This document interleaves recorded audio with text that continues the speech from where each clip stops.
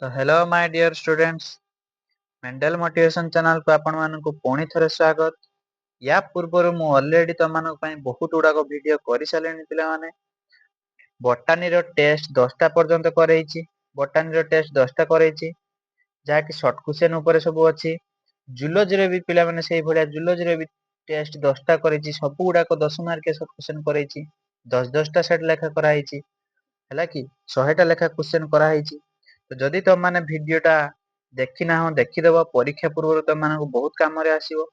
आज मु तुम मानक एटा कहया पई आछि कि तुम मानकर परीक्षार जो ट्रिक एग्जाम पूर्व जो ट्रिक जिनसटा सेटा जाकि केही भी कहिबे नाही हैला कि एग्जाम पूर्व प्रिपरेशन तो माने केमती करिचो एग्जाम दिन केमती परीक्षाटा तुम माने दबो भलो मार्क रिजल्ट भलो रिजल्ट केमती उठेइबो सेही पे मु तुम मानक कहया पई आछि।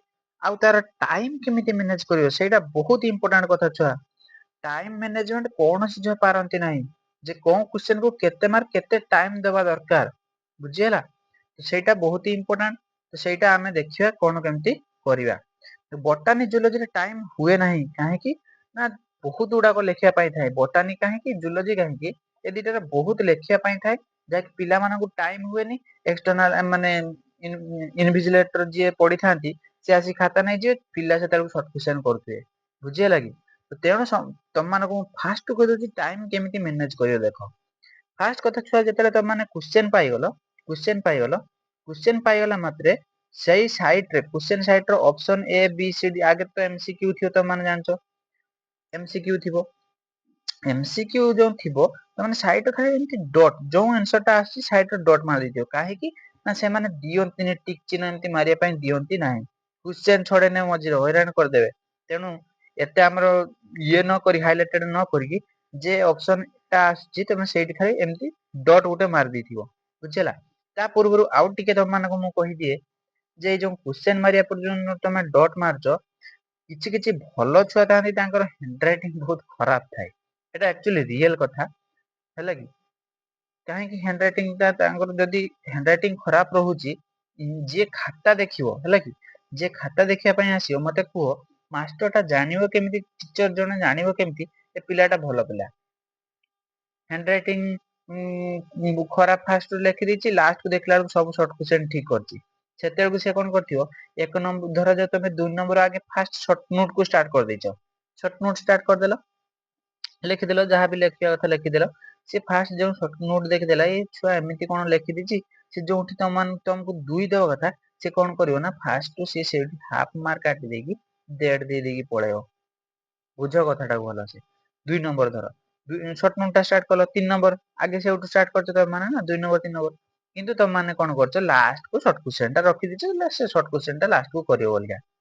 तो मन रखो जम्मा से भूल करिवो नाही जम्मा भी से भूल करिवो नाही काहे कि ना तुम माने फास्ट आगे करिवो जो माने भलो पिला अछो आगे शॉर्ट क्वेश्चन जदी तमरो 10 रु 10 आ जाउची कि 10 रु 8 न आ जाउची 8टा 9टा शॉर्ट क्वेश्चन आसी जाउची तो मानकु आगे शॉर्ट क्वेश्चन करि दबो बुझियला। काहे कि एक number A B C D कतरु आरंभ करी आई पर्यंत बधे अछि 10टा शॉर्ट क्वेश्चन आगे 10टा शॉर्ट क्वेश्चन को तुम माने सारिबो। कोन पई कहली ना जेतेले एग्जामिनर खाता देखिवो तो मानकर 10 रु 8 कि 10 रु 10 जेतेले देखि नेला ए पिलाटा शॉर्ट क्वेश्चन 10 रु 10 रख देछि ताने से जानि परियो ये गुटे टैलेंटेड बा भलो पिलाटा काहे कि ना शॉर्ट क्वेश्चन से जेति परफेक्ट लेखा त से लेखिबो ना शॉर्ट क्वेश्चन तो किछि याडू साडू से लेखि परियोनी बुझियला। 10 रु 10 लेखिबो करिवो जेतेले शॉर्ट क्वेश्चन त माने फास्ट आगे केटा को अटेम्प्ट नबो शॉर्ट क्वेश्चन टाको बुझियला ना।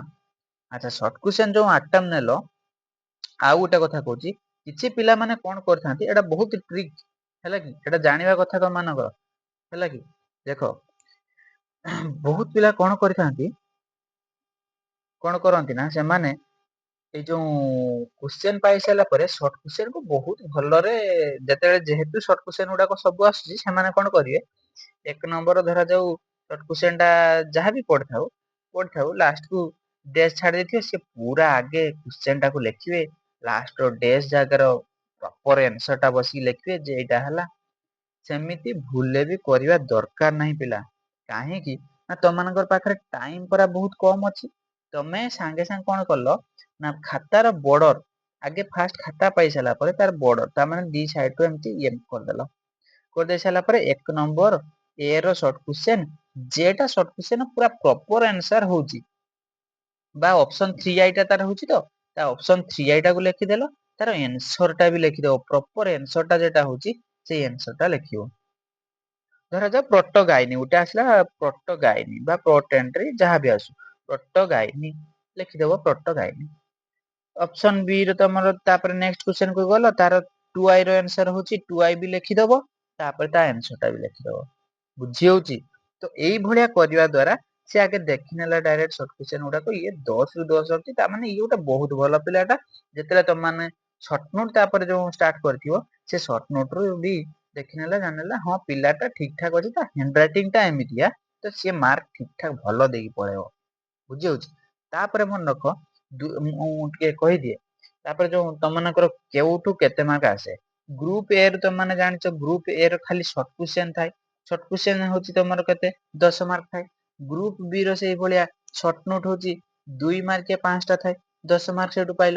ଆଚ୍ଛା ଗ୍ରୁପ ସି ର ସେଇଭଳିଆ 2.5 ମାର୍କିଆ କେତେଟା ଥାଏ 2ଟା ଥାଏ ତେଣୁ 2.5 କେତେ ପାଇଲ ରେ ଏଠି ଏଟା ଭୁଲ ହେଇଯାଇଛି ଦେଖିବ ଏଟା 2.5 କେତେ ପାଇଲ 5 ମାର୍କ ପାଇଲ। ତାପରେ ନେକ୍ସଟ ତମର ଗ୍ରୁପ ଡି ମାନେ କଣ ଏଠି ଆସିଗଲା ଗ୍ରୁପ ଡି ଆସିଗଲା ତମର ଲଙ୍ଗ କ୍ୱେଶ୍ଚନ କେତେ 10 ମାର୍କ ପାଇଲ। ଟୋଟାଲ କେତେ ମାର୍କ ତମର 35 ମାର୍କ। 35 ମାର୍କ ପାଇଁ ତମର ଟାଇମ ମ୍ୟାନେଜମେଣ୍ଟ ଟା ଛୁଆ ବହୁତ important. Short question long question କଥା କହିଦେନି କି ଏଟା ତମେ ଷ୍ଟାର୍ଟ କରିବ ତାପରେ ତମେ ଯାହା କରିବ ଦେଖିବ। କିନ୍ତୁ ଏଇ ଯୋଉ ଟାଇମ ମ୍ୟାନେଜମେଣ୍ଟ ଟା ସେଇଟା ମୁଁ ଟିକେ ତମମାନଙ୍କୁ କହିଦିଏ ତମମାନଙ୍କୁ ବଟାନୀ ଜୁଲୋଜିରେ ଟାଇମ ମିଳିବ କେତେ ନା 1.5 ଘଣ୍ଟା 1 ଘଣ୍ଟା 30 ମିନିଟ 1 ଘଣ୍ଟା 30 ମିନିଟ ଏଇ 1 ଘଣ୍ଟା 30 ମିନିଟ କୁ ଆମେ ଭାଗ କରିଦବା କଣ କରିବା ନା ଟୋଟାଲ ମିନିଟ ର କରିଦବା ଏଟାକୁ କଣ ମିନିଟ କରିବା ନା 1 ଘଣ୍ଟା ଯେ ଜାଣିଛ ତ ମାନେ 60 ମିନିଟ ପ୍ଲସ ଏଠି 30 60 30 କେତେ ଆସିଗଲା ଟୋଟାଲ ହେଇଗଲା ତମ ମାନଙ୍କ ପାଖରେ ଅଛି କେତେ ଟାଇମ ନା 90 ମିନିଟ ଅଛି। 90 ମିନିଟ ରୁ ପିଲାମାନେ ଗୋଟେ କାମ କରିବ ଏଇ ଯୋଉ 1 ମାର୍କିଆ 10ଟା ନାହିଁ କି 1 ମାର୍କିଆ 10ଟା ଫାଷ୍ଟ 5 ମିନିଟରେ ସାରିବା ପାଇଁ ଟ୍ରାଏ କରିବ। ଏଟା ମୁଁ 7 ଲେଖିଛି ତମମାନେ ଟ୍ରାଏ କରିବ 5 ମିନିଟ ଗୋଟେ କ୍ୱେଶ୍ଚନ କୁ ତମେ 30 ସେକେଣ୍ଡ ନବ କାହିଁକି ନା ଯଦି ସର୍ଟ କ୍ୱେଶ୍ଚନ ମନେ ନ ପଡୁଛି ସ୍କିପ କରିଦିଅ ତାକୁ ତାପରେ ସର୍ଟ କ୍ୱେଶ୍ଚନ କୁ ଯାଅ ହେଲା କି କାହିଁକି ନା ଯେଟା ସର୍ଟ କ୍ୱେଶ୍ଚନ ତମମାନଙ୍କର ମନେ ପଡିଯିବ ନା ସାଙ୍ଗେ ସାଙ୍ଗେ ତ ମନେ ପଡିବ 30 ସେକେଣ୍ଡ ବି ଲାଗିବନି। ବୁଝି ହଉଛି କି ତ ତମମାନେ କଣ କରିବ ଫାଷ୍ଟ ଏଇ ଯୋଉ 1 ମାର୍କିଆ 10ଟାକୁ ସେଇଟା ଫାଷ୍ଟ 5 ମିନିଟ ଭିତରେ କି 7 ମିନିଟ ଭିତରେ ସାରିବା ପାଇଁ ଟ୍ରାଏ କରିବ। ସରିଗଲା ପରେ ଯେଟା ଆସିଲା ଯେଟା ନ ଆସିଲା ଗୋଟେ ଦିଟା ଏମିତି ସ୍କିପ କରିଦେଇକି ରଖିଦେଇଥିବ ଲାଷ୍ଟ କୁ ଦେଖିବା।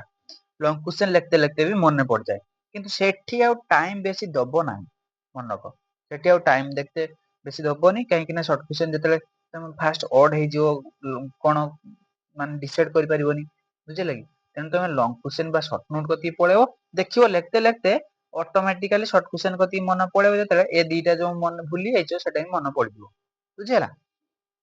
ତାପରେ ନେକ୍ସଟ 2 ନମ୍ବର କ୍ୱେଶ୍ଚନ କୁ ଯେତେବେଳେ ତମମାନେ ଯିବ ସର୍ଟ ନୋଟ ମନେ ରଖ ସର୍ଟ ନୋଟ ଆଉ ଯୋଉ ତମର ଡିଫରେନ୍ସ ରହୁନି ଗ୍ରୁପ ସି ଟା କଣ ପକାଏ ଡିଫରେନ୍ସ ପକାଏ ଡିଫରେନ୍ସ ବିଟୱିନ ଏଟା ଏଣ୍ଡ ଏଟା ମନେ ରଖ ଏଇ ଯୋଉ ଡିଫରେନ୍ସ ବିଟୱିନ ଯୋଉ ପକାଏ ଚାରିଟା ପକେଇଥିବ ତମମାନଙ୍କୁ କହିଥିବ 2ଟା କରିଦେ ବୁଝିହେଲା। ତମାନେ ଯୋଉ 2ଟା କରିବ 2ଟା କଲା ବେଳେ ମନେ ରଖ ଏ ଡିଫରେନ୍ସ କଣ ଏ ସର୍ଟ ନୋଟ କଣ ଏ 2ଟା ଯାକକୁ 5 ମିନିଟ ଲେଖା ଗୋଟେ କ୍ୱେଶ୍ଚନ ତାମାନେ ଏଠି 10ଟା ଏଠି କେତେଟା କରିବ 8ଟା ପଡିଥିବ ଗ୍ରୁପ ବି ର 8ଟା ସର୍ଟ ନୋଟ ପଡିଥିବ କରିତେ କହିଥିବ ତମମାନଙ୍କୁ 5ଟା ତାମାନେ ଗୋଟେ ସର୍ଟ ନୋଟ କୁ ତମାନେ କଣ କରିବ ନା 5 ମିନିଟ ଟାଇମ ଦବ 5 ପଚା 25 ମିନିଟ ଟାଇମ ଦବ ଟୋଟାଲ ଏ ସର୍ଟ କ୍ୱେଶ୍ଚନ ଟାକୁ କେତେ 25 ମିନିଟ ଏଠି 2ଟା କରତେ କହିଛି ଏଠି ବି ସେଇ ଭଳିଆ 5 ମିନିଟ ଲେଖା 2ଟା ଅଛି ନା 2 into 5 ତା ମାନେ 10 ମିନିଟ ଟାଇମ ଦେବ ଏଟାକୁ ଟାଇମ କେତେ ଦବ 10 ମିନିଟ ଏଠି ତାହେଲେ ହେଇଗଲା 25 ମିନିଟ ଏଠି 10 35 ମିନିଟ ହେଇଗଲା 35 ଏଠି ତମେ 7 ମିନିଟ ବଢେଇ ବଢେଇକା ଦବ ହେଲା 35 7 କେତେ ହଉଛି 42 ମିନିଟ ହେଇଗଲା ନା।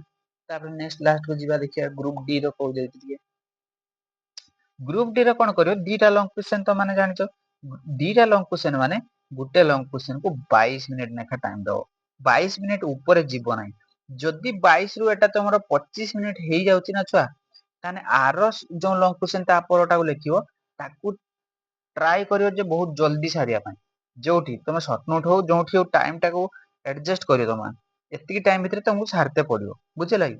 ତ ଏଠି ବି ସେଇଭଳିଆ କଣ କରିବ, ଏଠି ଯଦି 25 ମିନିଟ୍ ହେଇଗଲା ଏଟାକୁ ସାରିବ ଯେମିତି 3 ମିନିଟ୍ କମ 19-20 ମିନିଟ୍ ଭିତରେ ସାରିବ, ବୁଝିହେଲା? ଆଚ୍ଛା, ଏତିକି ସରିଲା ପରେ କେତେ ହଉଛି, ସେଠୁ କାଢିଥିଲି ଛୁଆ ମୁଁ ତମର 42 ମିନିଟ୍, ଏଟା ହେଇଗଲା କେତେ 22 44 ମିନିଟ୍, ଆସିଗଲା କେତେ 86 ମିନିଟ୍। 90 ମିନିଟ୍ ରୁ 86 ଚାଲିଗଲା, 90 ରୁ 86 ଗଲେ କେତେ ମିନିଟ୍ ରହିଲା ତମ ପାଖରେ 4 ମିନିଟ୍। ଏଇ ଯୋଉ 4 ମିନିଟ୍ ଥାନ୍ତେନି କି, 4 ମିନିଟ୍ ଭିତରେ ଏଇ ଯୋଉ ତମର ଏକ୍ସଟର୍ନାଲ ଏଇ ଯୋଉ ଇନଭିଜିଲେଟର ଯିଏ ପଡିଥିବ ତମମାନଙ୍କର ସିଗ୍ନେଚର କରିବା ପାଇଁ ଆସିବ, ପ୍ରପର ସିଗ୍ନେଚର କଲ, ସେଇଠି ଛୁଆ ଗୋଟେ ମିନିଟ୍ ତ ଆଟଲିଷ୍ଟ ଲାଗିବ, 2 ମିନିଟ୍ ବି ନେଇନିଅ, ସେଠି 2 ମିନିଟ୍ ଚାଲିଗଲା।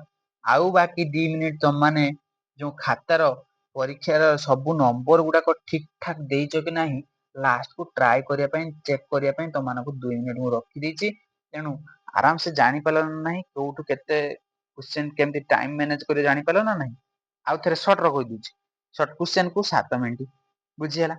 ତାପରେ ସର୍ଟ ନୋଟ କୁ ଗୋଟେ ସର୍ଟ ନୋଟ ହିସାବର 5 ମିନିଟ୍ ଲେଖା, 5 ମିନିଟ୍ ଏକା କେତେଟା ସର୍ଟ ନୋଟ ଥିବ, 5ଟା ସର୍ଟ ନୋଟ ଥିବ, 5 50 25 ମିନିଟ୍।